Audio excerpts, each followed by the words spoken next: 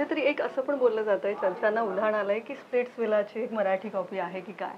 तर असं काही असणार आहे का, हे पूर्ण वेगळं असणार आहे का? नाही, तसं तसं नाही. अशी या जगामध्ये बेसिकली जसं आपण म्हणतो ना, की there R 7 basic plots.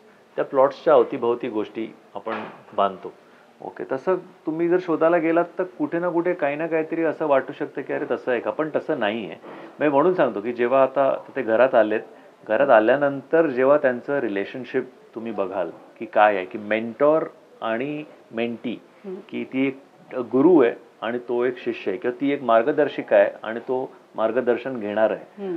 So त्यांचे रिलेशन मी सांगण्यापेक्षा ना, तुम्ही जेव्हा चॅनलवर टेलिकास्ट होईल एपिसोड तेव्हा बघाल ना, तर तुम्हाला लक्षात येईल की स्प्लिट्सविला वगैरे सारखं काही नाही आहे.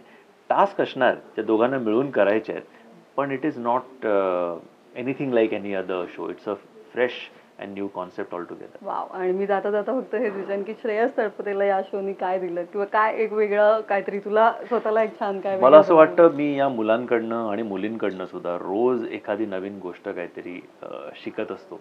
मग ती त्यांचा लिंगो असेल किंवा त्यांचं ॲटिट्यूड असेल टुवर्ड्स लाईफ.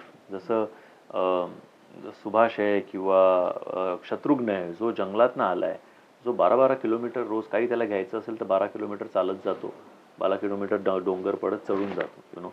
किंवा मुलींची लिंगो असेल काही, की स्लेट गर्ल, जे आजचं सगळं आहे, की काय म्हणतात त्याला, बेंचिंग आणि सिच्युएशनशिप वगैरे, अशा गोष्टी मी रोज काही ना काहीतरी शिकत असतो.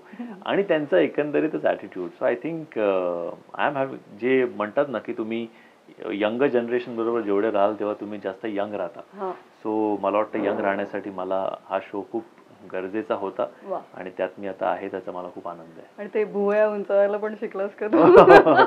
ते तर शिकवतोय, की सर एक डोळा बंद करायचा आणि मग करायचं, ते हळूहळू होईल.